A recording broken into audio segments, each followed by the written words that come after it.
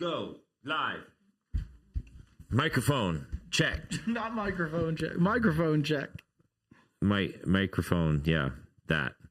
Hello, everybody. Welcome, everybody. I'm still building our podcast studio while we're flying it. And making sure other meetings are running and booking yourself. Did you order lunch? I didn't order lunch. You better order quickly. I'm the one facilitating this. What? Actually, shoot. I need to make the order. Well, don't do it till live. Like, this is like the worst podcast opening ever. I didn't even see the thing come through. What time did it come through? This morning.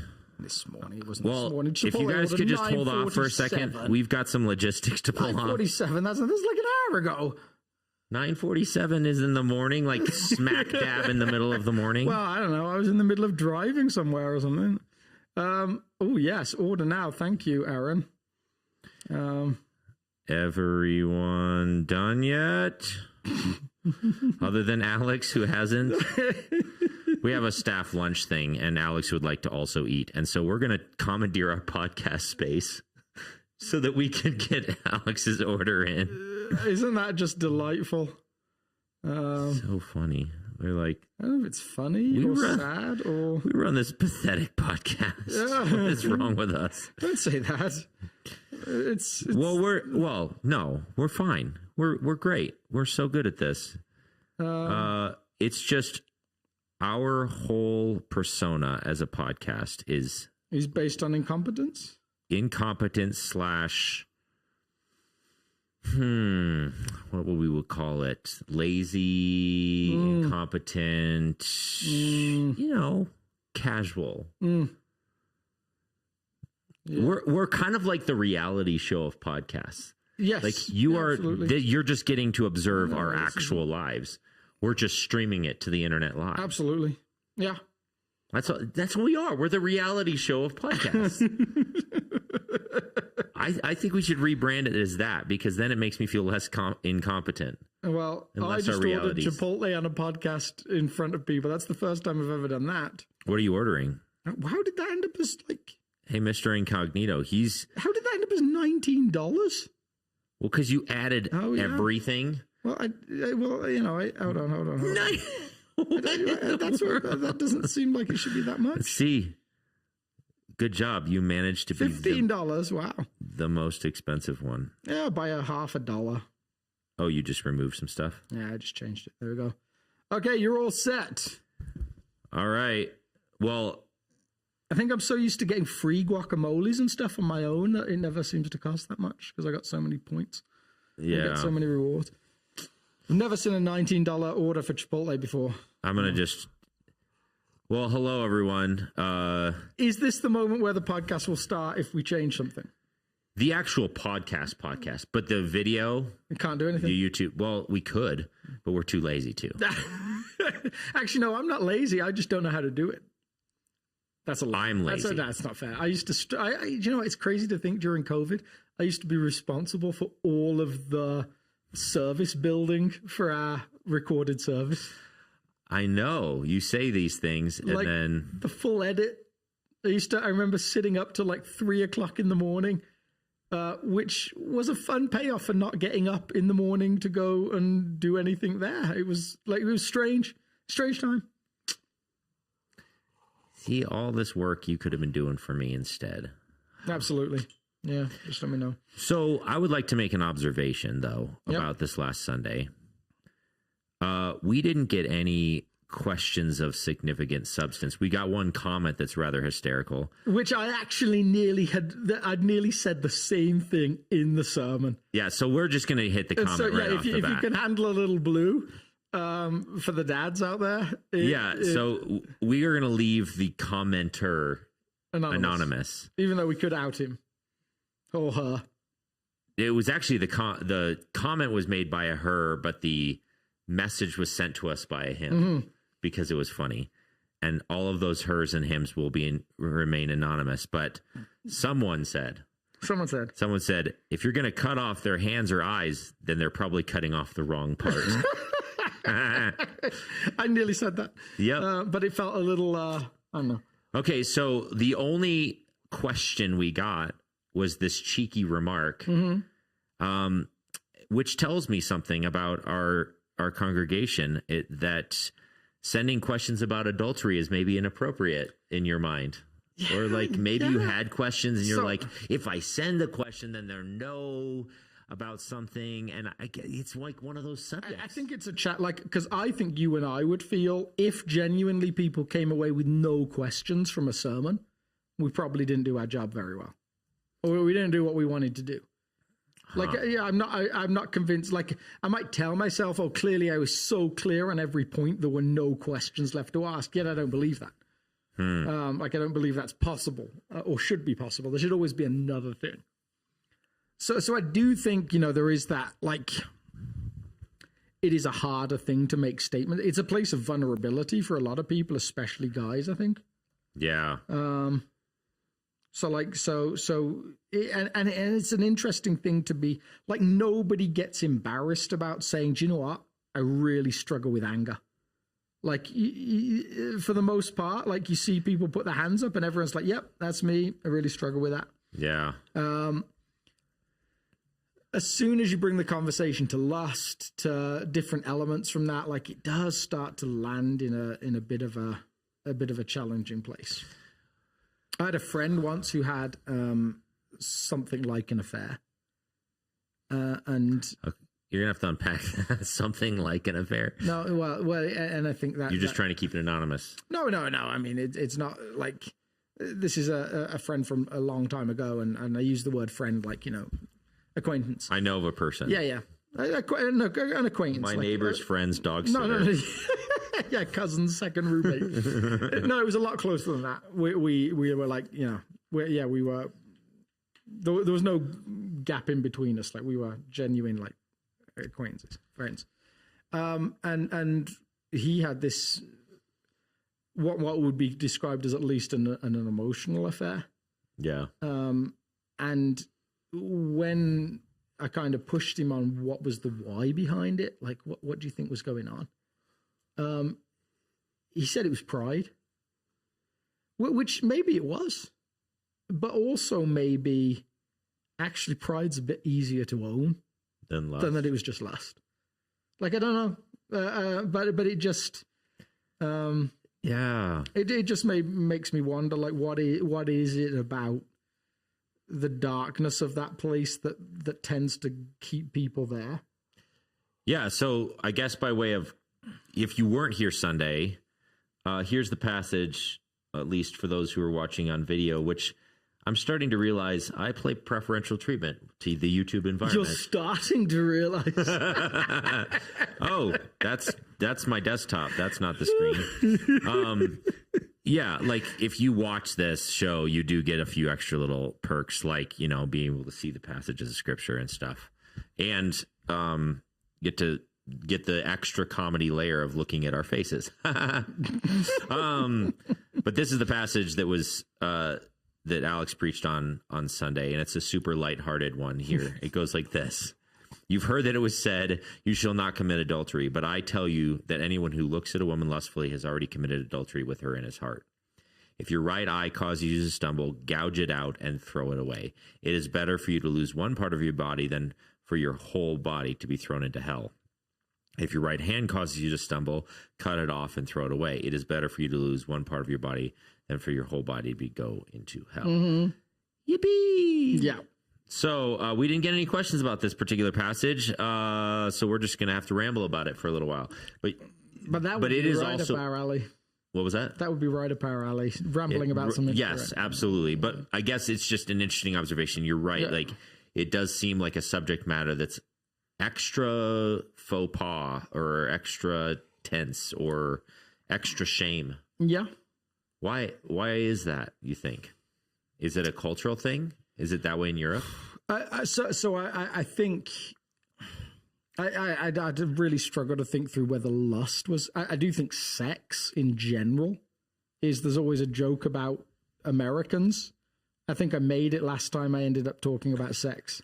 And the joke is that Americans are like prudes on the surface and perverts beneath. There's a phrase for it. It goes like,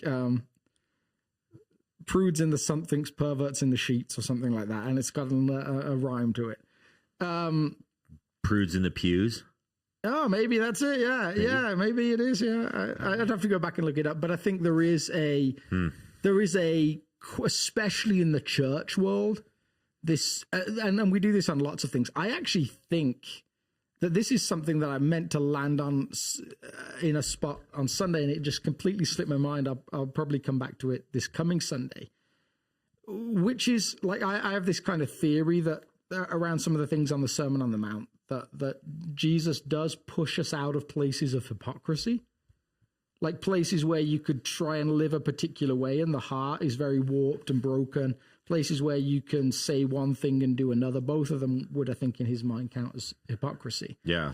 I think some of that is the watching world, I think, can handle a church with no ethics, a church that just acts like everybody else. I think they can handle a church. Yeah, like just everybody love. Yeah.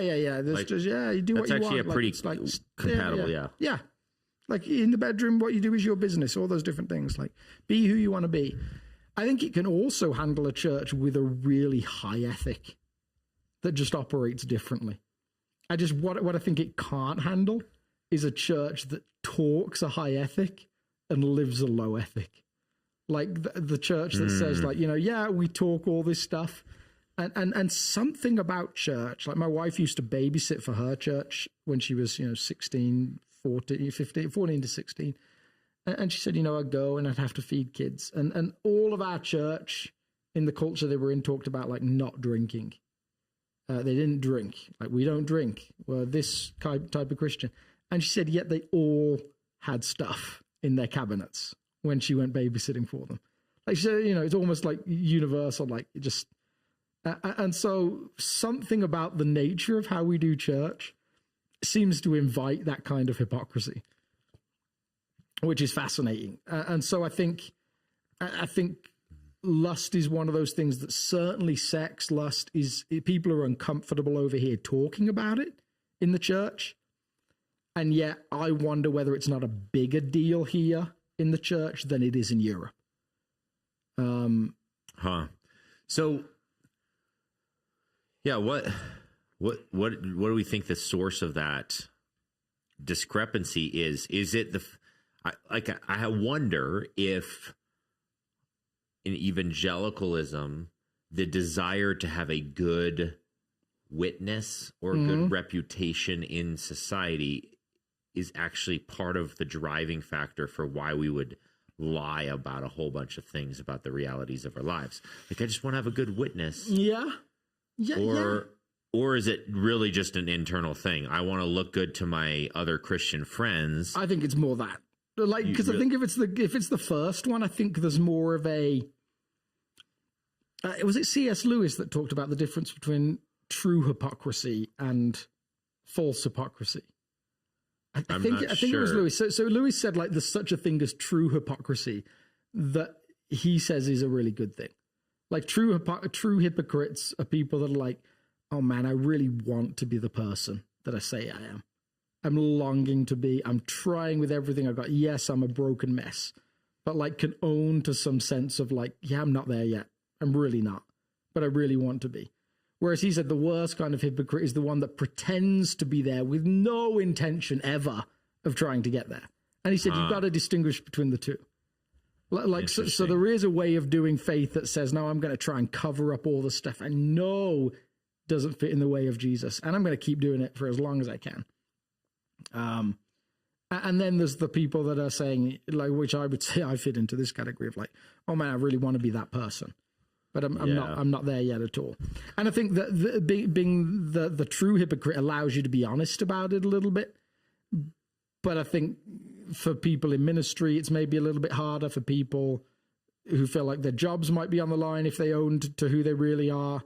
Yeah. That culture is a little bit of a mess. But certainly the church, mainline or evangelical, has had lots of years of like, of people just sitting, continuing a life that doesn't fit with the way of Jesus. Have you ever seen the movie American Gangster? No. Brilliant movie. Denzel Washington's like maybe his best movie. He's like brilliant, and he plays Frank Lucas, this gangster that ran Harlem in the 70s. Started importing heroin in from Vietnam, like direct. Went out to like some of the old like gangs out in the rural parts of Vietnam. Gang probably isn't even the right term.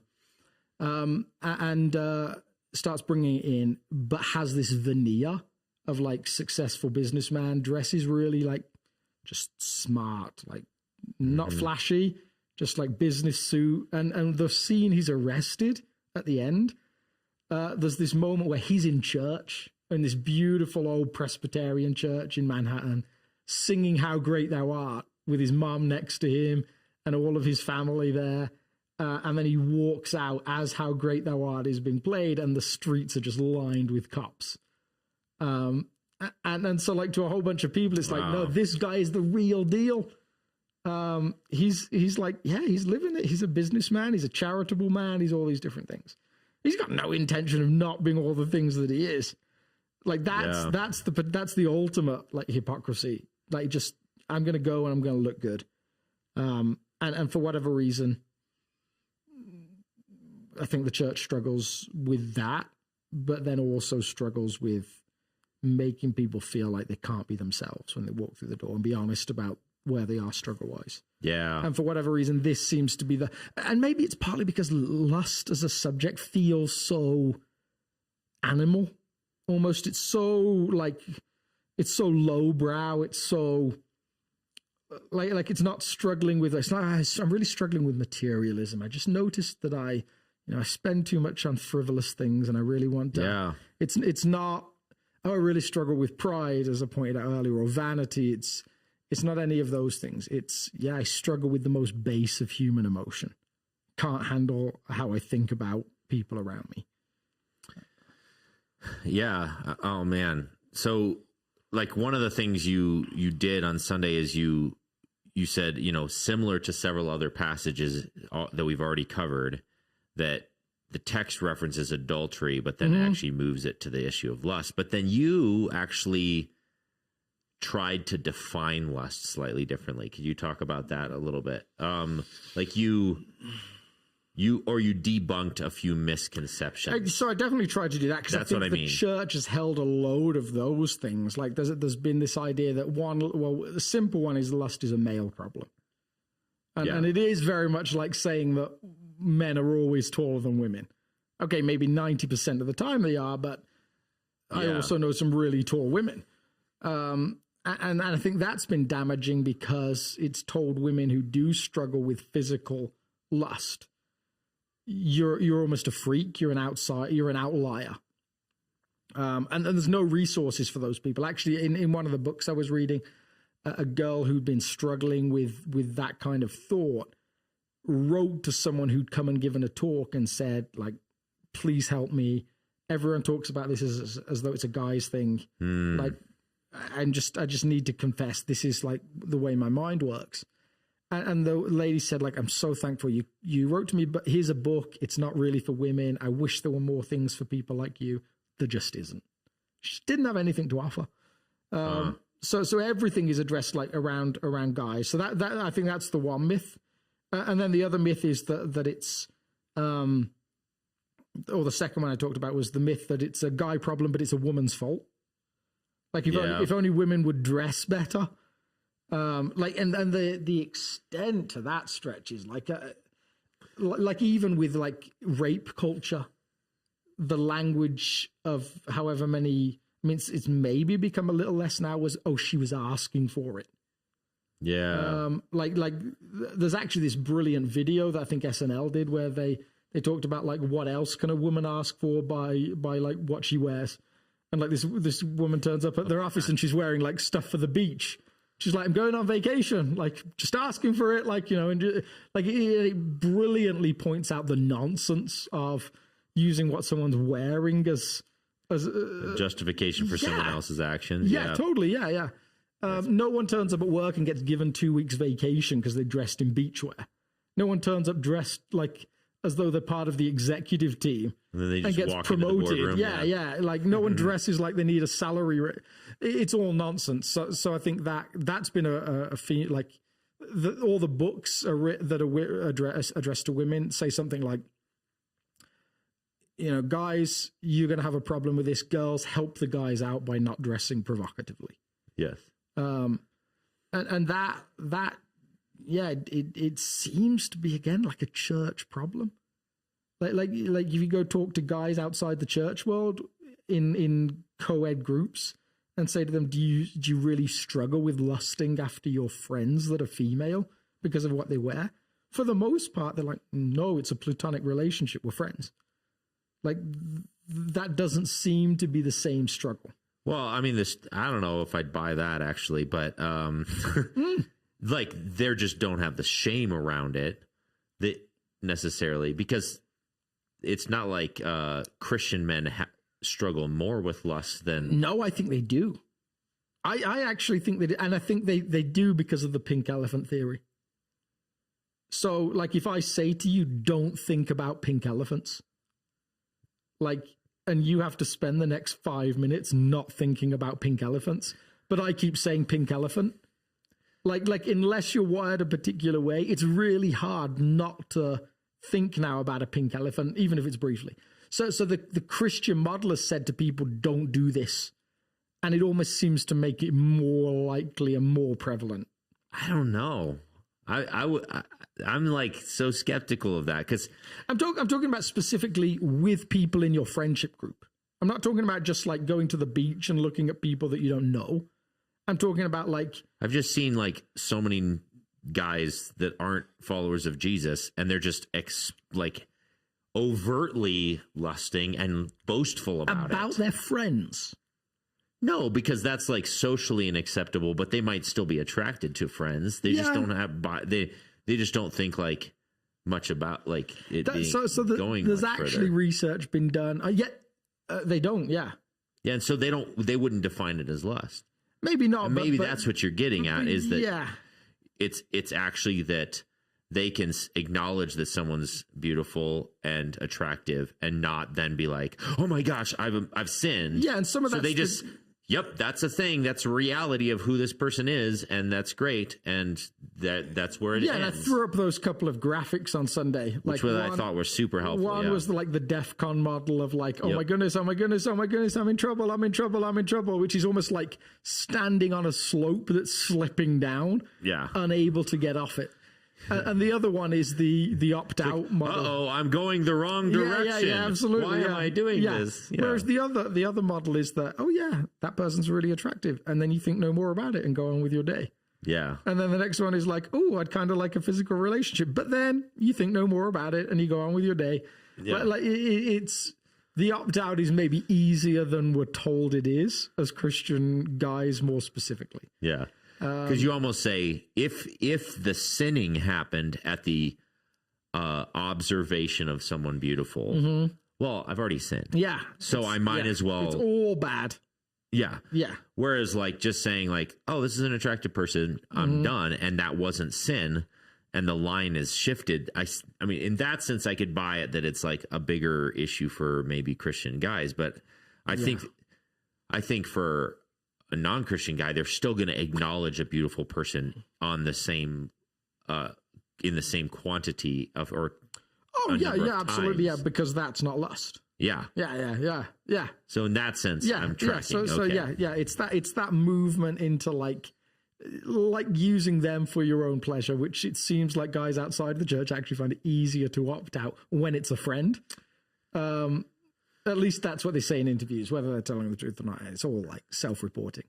So the third myth was this is a male problem that can't be helped. And I think that's a fascinating one because there's all these resources, like a big one when I was younger than I am now was Every Man's Battle. Yeah.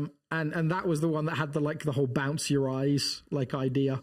Oh, really? Well, yeah. It was like, you just you kind of like bounce your eyes, like look away, and he almost turns guys into like good guys that really want to do the right thing, turns them into like people that can't talk to women. without kind of like jerking their heads around and stuff. Like I very much remember seasons of my life where that's where it was. Like I was almost, if a woman talked to me, I was almost rude. Yeah. Because I was like, and it didn't matter whether the woman was attractive to me or not. Yes. It was just like, at the risk of not being accused of anything, stop talking to me. Totally. Like, it was like I was just a punk to a lot of women in my younger years. Because you were trying to be a good guy, bizarrely. Because I was trying to be a good guy. That's the weirdness of it. Which is like, one of the things you brought out in the sermon, that's dehumanizing. Yeah. Just as much as lusting after someone is dehumanizing. Yes. It actually just says of the other person, all I see you is as a threat. Yes. You're a threat to my purity, or you're a threat to my marriage if I'm married, my reputation. Like, just imagine what could happen if ... Yeah. So I think that the idea is, like, on one hand, that it can't be helped. And even like that same book, it actually talks about, like, it has these weird phrases. It says, like, if you've ever found yourself lusting after a coworker or a friend, or if you've ever found yourself parked in a garage watching people walk into the gym while masturbating, as though those are the same thing, and that, like, there's an inevitability of, if you have one of those struggles, you're going to struggle with the other. Like, it essentially for years told a whole bunch of guys, you're on the verge of being a monster, and the probability is, without some real, like, you know, torture of yourself, you're going to end up that way. Okay, so, and it's this text. Yes. That did that to a lot of guys. And so, well, this text, I would say, read badly. This text taken as like a, we're gonna overread this almost. Yeah. So like it says, if you've lusted after a woman in your heart, you've already committed adultery. And so then they're like, well, I'm an adulterer. I might as well just like linger here forever. Mm-hmm. Like if that ship has sailed, I might as well enjoy it for a little while. Yep. And your suggestion is, like, our definition of lust is too, too wide reaching or far reaching. Our definition of lust suggests a life that's impossible to live and isn't even healthy. And biologically not. Yeah. It doesn't reflect the way that God designed. That's the hard thing. Like, physiologically, nothing changed the moment you got married.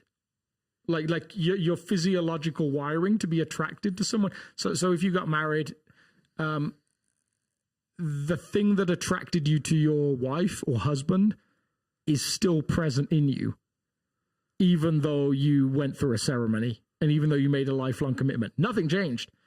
And I think especially for guys, there's and this is probably more of an outside of the church thing, so I don't even know if it's helpful. A friend of mine said to me, she said, I always assumed when I got married, guys would see me as off the market. And she said, I put a wedding ring on and apparently it didn't make any difference.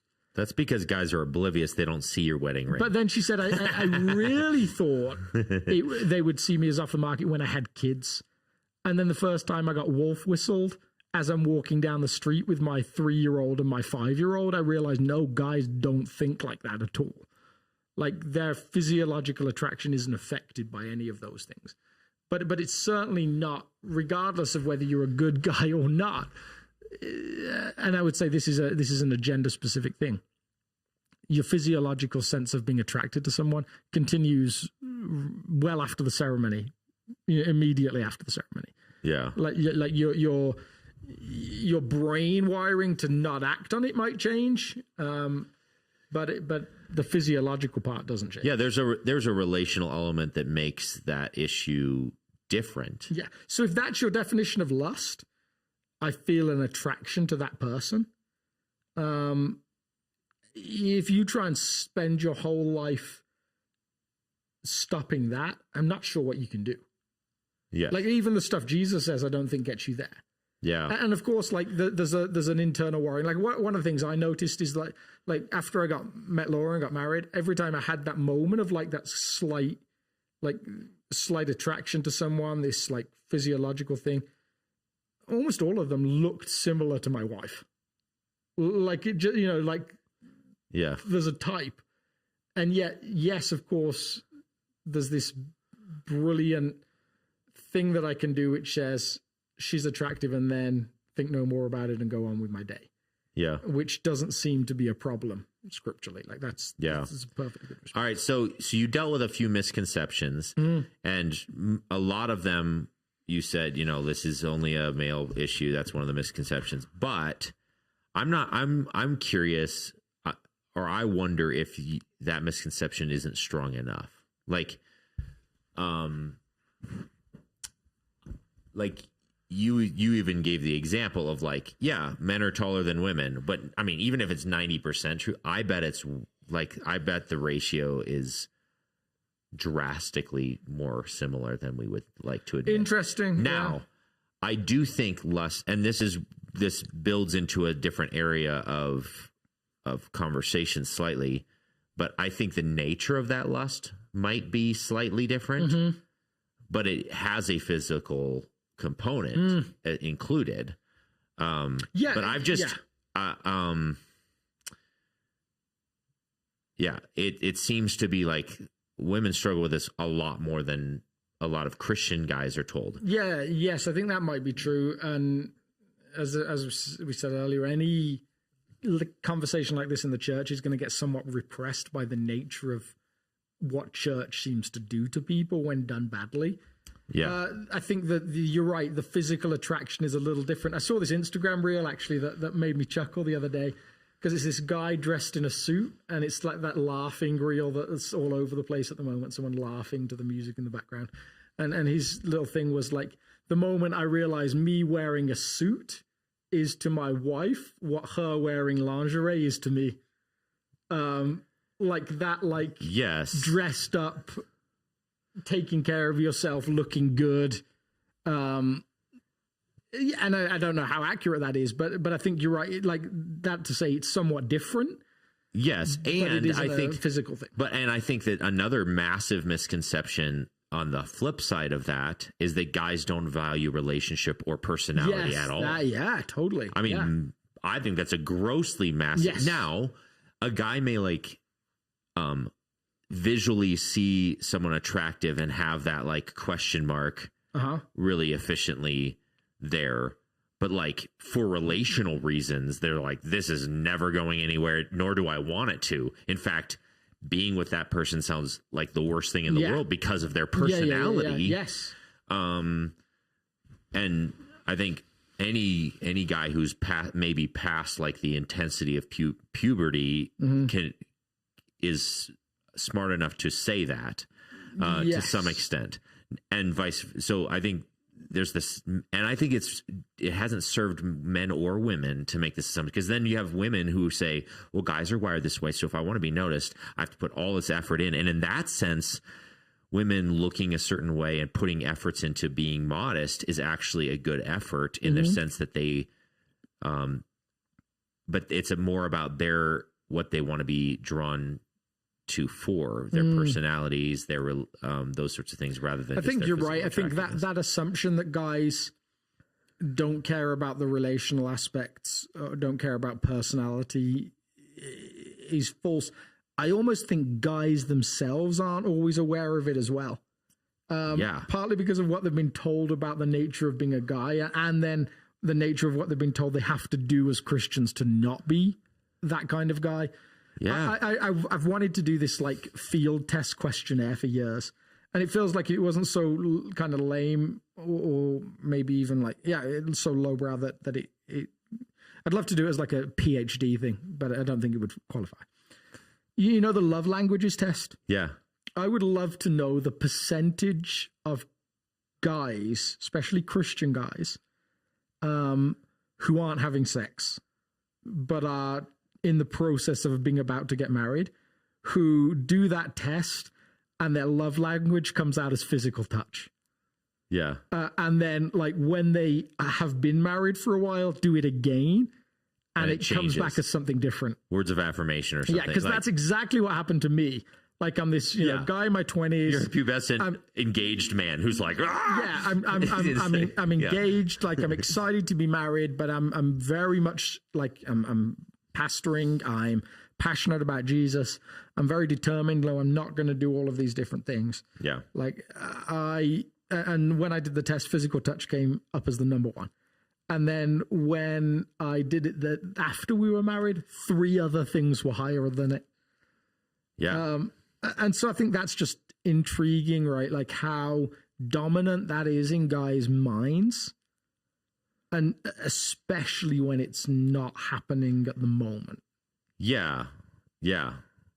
Yeah, I think there's also like some weird misconceptions about what physical touch means. Yes, for some people. Yeah. Like I would maybe put physical touch as the lowest one. Mm-hmm. That doesn't mean I don't have any sex drive. Yeah. But that's in a different category than physical touch compared to like what someone else might define as like, no, I just want to snuggle. That's a very different situation than becoming intimate. Mm-hmm. And I think a lot of women struggle with this. They're like, I want to be held, but I don't want it always to go to this other space. Yes. So it's frustrating to them that like their husband like can't just sit with them for a few minutes without taking it there. Yeah. You know? And now this whole area of male female sexuality, where it starts to get really like fascinating to me, is this: like in different societies, in different points, it's been assumed that women have a higher sex drive than men.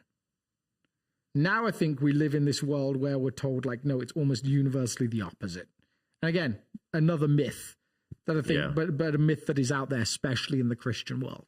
Like it's always guys that are either initiating or always guys that are in that sense of a space of like, we don't do this often enough. But actually the rabbinical writings around the Old Testament, they actually have requirements for how many times a week a man had to provide sex for his wife. And there's nothing on the reverse. Like, which is seriously, yes. Wow. Yeah. Like, specifically, it says this: a man has to provide his wife with sex twice a week, unless he happens to travel for work. Like, he goes and takes his donkey off, and then it only has to be once a week. But if he's unemployed, it has to be every day. Like that's a rabbinical writing around the Old Testament, which actually has some cultural nuance to it as well, because in a lot of ways it was similar to some Old Testament texts about polygamy. Yeah, it's about providing a woman with offspring. Yeah, it's about that then becomes her identity, becomes her progeny become like her provision in like they're her retirement plan, they're her safety net if her husband dies, and on and on and on. It's about not showing preference to a second wife. It's about like all those different There's things. some layers to it, but that's still funny. Yeah. And there's this question of like, as we'll see a little bit this week, and we talked about the reason this is all directed to men is because first century Judaism had landed in a place where only a man could initiate divorce, even though that's not what the Old Testament teaches. Yeah. And it doesn't teach it quite specifically. Yeah. But they'd very much landed in this place of like, no, only, there's actually, again, more rabbinical writings where a woman has initiated a divorce with her husband. All right. So I have two questions that I'd like to deal with. Hopefully I remember the second one by the time we get there. But even though you debunked some of the myths or the misconceptions about lust, what I don't know if you covered fully was, what do you think, and we're grossly underqualified to answer this question, by the way, but at least you're married to a woman, so maybe you'll have some opinion. I don't know. What do you think lust looks like for a woman? And this is so. I feel like I did touch on this, but actually, like a good friend did say to me, "I don't agree with you on that," and she's more qualified to speak into that than I am. So the theory I had read, and again, I'm asking for all the grace of a man who can't understand what it is to be a woman. the general theory has been that if you would take generalisms again, generally men are taller, that generally men are more drawn to physical attraction, like what a person looks like, whereas women are more drawn to how well they might provide for a family, what their status is in society. That's a generalism, of course, but that okay, yeah, like I do remember that portion. Yeah, that sense of attraction, which actually is quite eye-opening if it's true, kind of makes a bit more sense of, you know, how you see quite often in different places, especially places with a lot of money, there's a young, usually very attractive woman, and then there's a guy with her who looks like he might be her father, but you find out he's actually her husband. And you're kind of like, oh, like that's just a money thing. There's actually a great joke about this magician back in England who was like on TV all the time, was probably one of the 20 most famous people in the country at one point. And he's married to his assistant, who's absolutely gorgeous, prototypical, like blonde, all those different things. And someone goes and asks her a question, which is, what was it that first attracted you to the multimillionaire Paul Daniels?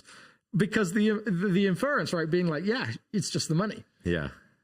If the status thing is true, and knowing that status and wealth are somewhat related, that does kind of make sense of it. And isn't then any less noble than only being attracted to looks. So I'm kind of with the friend of yours who disagreed with this one. Fine. And here's why. Yeah. Here's why. I think that the body of evidence that Hollywood has put out would shout in the face of that reality. And I think there are differences, but it's actually relational, emotional versus provisional. Explain. I think I'd need so like in a romantic comedy, the very driven wealthy man is usually pinned as the bad guy. He might draw a lot of lower quality women in the narrative arc. He might even be interesting to the protagonist female of character, but what wins the day is the man who sees her. What wins the day is the man who gets her situation and acknowledges her emotional world at a deep level. I think it's an emotional, relational lust. So you're saying Hollywood accurately portrays that? Yes. I think that romantic comedies are porn for women. And romantic novels. It's a man acknowledging a girl who's beautiful or who others think isn't beautiful, but it's the one. I mean, it's okay, so every narrative that cycles through. Like, why is and okay, well, again, we're grossly you're gonna have to send us information to tell me how off base I am. Viewership is gonna tank. Yeah, we're so bad. Anyway, but it's the prototypical arc of every romantic movie. Okay, so I've got a pushback on your pushback. Okay, so I can handle the idea that it's like, you know, porn for women. Like, I don't know if either of us love the phrasing, but let's say that's true. Since when has anything been real about porn? Exactly. Which is why I think that whole industry of romance can potentially be very toxic. For a woman, just as much as pornography can be toxic to a man. Yeah. Because it sets a misconception that a woman can find a man who's just deeply in touch with his emotional world, engages her at that emotional level so perfectly that she feels seen and beautiful and the best thing since sliced bread. And that's actually the draw for a woman to that kind of content. Which is just as heinously twisted. It's not evil in and of itself. It's just twisted and unrealistic, just as much as pornography is for a man. But there's a truth in pornography that this is a physical drive and a physical attractiveness that wants to be manifested in XYZ way. And there is a truth in a romantic comedy where there is a a girl who doesn't get noticed by all the other guys, and then one of them notices her. Yeah, and absolutely. then sees her, and then like understands her situation and her daddy issues better than any other guy she's ever encountered, and like meets her in an emotional but way. I think my problem with it is like to take what you might call, and there is even in society pornography designed for women now. That's a big thing. The thing a guy sees in pornography isn't what he really wants. It's just what he thinks he wants. Exactly. Same thing is true, I think. But the thing that you see in a romantic comedy is the thing, or the thing that attracts you is the thing that you're saying women really want. They want a guy that sees them. They want a guy that gets them like that. So, but I think, but I think biblically, like the contrast between male and female is more complicated in reality than what she sees. I feel like screen. All of the couples that listen to this, you should talk about this and figure out, like, what the. Yeah, I mean, again, I could be completely off, but I just think that there is so many. I think we can take some cues from what sells, like sex sells, romance sells as much, if not more. Yeah, I think that's true. Yeah, I don't know. Yeah, I did. Probably. But my point is, which shows us a more visceral and driven reason why, which might hint to us that there's something wrong there. So I think the hard thing with this as a subject is, especially as someone teaching it, you are just one guy teaching it. So you don't have a female perspective at all. Yeah. Other than like, I actually went out. I always love to read as many things as I can. So I read like in amongst like studying this, I read like whole documents on how sexualization of adverts affects who buys the products. I read like whole like PhD docs on like marriage relationships. Like I did research onto divorce rates in first century Jerusalem, all these different things, like just like in terms of like and actually went out of my way to try and make sure I read female authors, and yet like things that female authors would say, individual women will quite rightly from their perspective say, no, I don't think that's true. Yeah. Which is absolutely that's true for guys too. The on the beautiful flip side, picture of how individual we are. Yeah. And so we're always talking about generalizations. There is specific science around how most men are attracted to a woman, like even ratios of waist to hips that speak of ability to have children is an attraction point, and speaks to that like physiological question a guy is asking is, can she have children? Yeah. Okay. So and I would say subconscious. Yes. And I would say physiologically, there's a lot of writers, psychologists that would say the same question is going on for women around provision, around men, like around genetics, around and I agree to that. Around like, but that's but a guy, if you ask a guy, why do you think she's beautiful? He's like, well, I think that she could bear many children, and because I'm a Homo sapien trying to advance my my DNA into the planet. Yeah, they would. They're not consciously. They're not subconsciously. I think that the premise you made is probably way more accurate than we'd like to admit. Yeah. Both for women and men. But what I'm saying is like the perception of what women are is maybe different than that, just like it is with guys. Yes. No, she's just hot. Whatever. Yeah. Like he may not consciously be aware of what that means to him. No, almost certainly not. Society has told him some of what that means, and then biologically he's been and there's all these different things you can look at. Actually, what type of man is seen as attractive? Like, I mean, you grew up in Africa. Like size, like a big guy is the most attractive because it speaks of wealth, right? It's like there's a desirability behind. So I sent teams to West Africa for a while. And, you take young adults. So you take like these 18-year-old guys and they go to West Africa. And early on, they're a little bit scandalized because there'd be like women breastfeeding openly during church services. Yeah.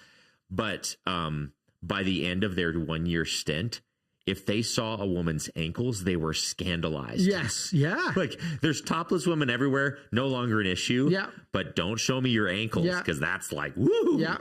So as I was reading this, one of my Facebook friends who's in her 60s, 70s had this picture of a bunch of ladies dressed in 1950s swimsuits. yeah. And was comparing it to prom dresses in the 2000s. And her statement was somewhat derogatory. It was like, since when did swimsuits become prom dresses? And my response was, yeah, but if you went back another 50 years after that, before that, that generation would have been horrified that those women would go swimming with guys at all.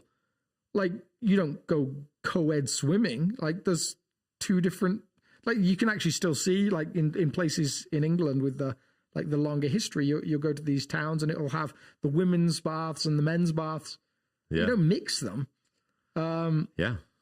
So it's, I mean, society always tends to Push the boundaries. just, and it meanders. It seems to go back and forward. I remember my dad saying to me when I was probably like in my teens, he said his dad would go skinny dipping if it was a group of just guys. Like he said, like if it's just guys and there were no women around, they'd all like go swimming naked. He said his generation, like he said growing up, we would do that with a girl, but we would never do it with other guys. Yeah. And he said, like now, now I feel like your generation is starting to flip the other way. And right or wrong, like it was just interesting that he could see this way that society pendulums it, like, you know, it sees like, and that's probably more noticeable in countries like before the Islamic Revolution. And I wouldn't do it with anyone. Yeah, that's right. Yeah. Because I don't even want to hang out with me when I'm naked. So, yeah, that's funny. It's a fascinating subject, like how you, and yet at the core of it, like I feel like for churches and for followers of Jesus, it's this place of deep shame. Yeah. Which might be why there's not many questions about it. Why there's not many. So which leads me to my second question, which we only have a few minutes for, but I feel like maybe I should have asked it earlier. We addressed that there's some nuance around what lust is and all these sorts of things, but this text is intense. Mm-hmm. Jesus is like, gouge out some eyes, cut off some hands. So whatever lust is, it's really serious business. That's fascinating. So what is up with that? Why has he got to be so Jesus, why you got to be so, intense when it comes to this issue? That's a great question. I was hoping you'd answer it. Well, I mean, I think it's no wonder we've got this wrong. The language is so heavy. As it is the week before. Absolutely. Yeah. It's so heavy that we want to get it right because we don't want to gouge out our eyes and cut off our hands. Mm-hmm. It is, or go to hell. Mm-hmm. Whatever that means. Yeah. So we sense that there's an urgency here. So we don't want to get it wrong. So our inclination has been to expand our definition of lust. Again, build a fence around it. So you've got to bounce your eyes. So I think one like building a fence traditionally for rabbis was, what's the thing that you're not going to do to not do the thing you're really trying not to do. I always think Jesus says more than that, but it doesn't take that out of the equation completely. Like I think some of this text speaks to just how serious adultery was. Yeah. In the first century and preceding centuries, and actually almost every culture that isn't the last 100 or so years in the West. Like, I mean, I think places that you would go to in Africa, like culture, adultery is still an honor thing. Like to steal someone's wife, or to steal someone's husband was seen as breaking a family, as a deeply dishonoring thing. Like tribal wars, nations went to war over adultery. If you go back to like the famous, like Homer's famous Iliad and the Odyssey, that's like the sequel to it, the whole of the war is based around a man who stole another man's wife. Like Yeah. that was the politics behind it, sure, but yeah, the premise is no, we go to war for that. Like tribes go to war for that. Clans fight each other for that.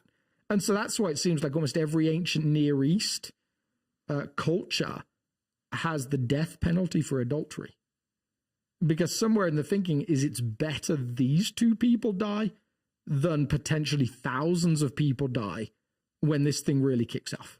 That's how deep the honor shame culture is, and we don't get that at all. So the idea that you do everything to prevent any idea that you might get there would have made sense to a lot of people in first century Israel. Where Jesus seems to go is he seems to push to know even if it doesn't go there, there's something deeply dehumanizing about even lust, because those societies you were just referenced, they didn't care what you thought. Yeah, it's more think about what you want. Yeah. So, yeah, it's pretty intense. Yeah, and so what? So my theory that I gave on Sunday was the dehumanizing nature of it. Yeah, but I don't have anything beyond that. Do you have anything beyond that? Well, no, I think I would just double down on that. Yeah, I agree. I think Jesus wants us to think super seriously about how we interact with another human being, and that's actually the thesis that he has through multiple of these pericopes of thought. Yeah, the reason he cares about murder, the reason he cares about all of these different things, about divorce, about oaths, about eye for eye, about love for enemy. He's like, you know what? If there was one thesis that spread through all of these, you all need to figure out that other human beings are exceedingly valuable in my economy of the kingdom of God, and therefore I want to make sure that you take it deadly serious. And that beautiful, like that beautiful way of seeing people is what I think so many of us love about Jesus, and seems so integral to living in the way of Jesus. The writer Tony Campolo tells this brilliant story where, you know, he taught for years at Easton, and taught classes around philosophy, but of course brought all of his religious background to it. And he talks about this story with all these young atheists in the class. He asks this question like, you know, how do you think Jesus would treat a prostitute? And one of the young guys in the class said to him, he never met one. And Tony Campolo says, like, oh man, he's like, I'm so excited. He's like, I've got this sucker. Like, you know, he's about to like bring the heat, like, of all these different, and he starts to get into like all of these different texts where it talks about women in prostitution. And the young guy says, no, Dr. Campolo, like, are you telling me you believe that when Jesus saw those women, he saw a prostitute, not a woman? And Tony Campolo was like, he had this moment where he was like, oh my goodness, like I just got gets it. Completely schooled by this young undergrad. Yeah. Jesus has this ability, regardless of where people have been, to see a human, and the only people he gets upset with are people that almost fake that humanity or pretend that they don't have the flaws. Like there's no flaw. When we get to divorce this week, like the church brings the verses around divorce and uses them to shame people, uses them to make their lives hell. Yeah. And yet what Jesus seems to do every time is, you've had 5 husbands, and the man you're living with now is not your husband. Yeah. But I have a new story for you. Like it's beautiful. Yeah. So what I hear you saying is that, one, he's driving this people towards acknowledging the intrinsic value of other human beings. And that sounds amazing when that value is directed at me. Like when someone else, when God, the God of the universe, looks at me, even in all of my brokenness and all of my stupidity and all of my mistakes, and values me enough to engage me in relationships and redeem me from my sin, great. But then the reason these texts feel a little bit terrifying to us is he said, okay, now I'm going to invite you into treating others the way I've treated you. And by the way, that means you need to take the humanity and of another person deadly serious. Yeah, and that's the only way to interact and live like I do. And that finally is like why it's so key that we don't link or tie attraction to lust. Because attraction and love are connected. And lust and love are opposites. So attraction can lead to a relationship of love. Yes. And lust doesn't. Because lust is what I get. Using, yeah. And love is what the other person gets. Interesting. Lust is me and love is us. And they're different entirely. Yeah. I think you just messed up my whole argument from earlier. I don't think so. Why? How? Yeah, I think you just you won the argument without me even talking about it. I don't think either of us can win that argument. But we would love some feedback on that one because we are grossly underqualified in being able to fully give any reasonable perspective from a woman's side. Absolutely. But I feel like there's something there. Yeah. That the church tends to ignore this struggle for women, and I think you acknowledge that at Sunday, but the nature of that is the tricky piece. Yeah. All right. See you guys. See ya once I find the stop button, and bye.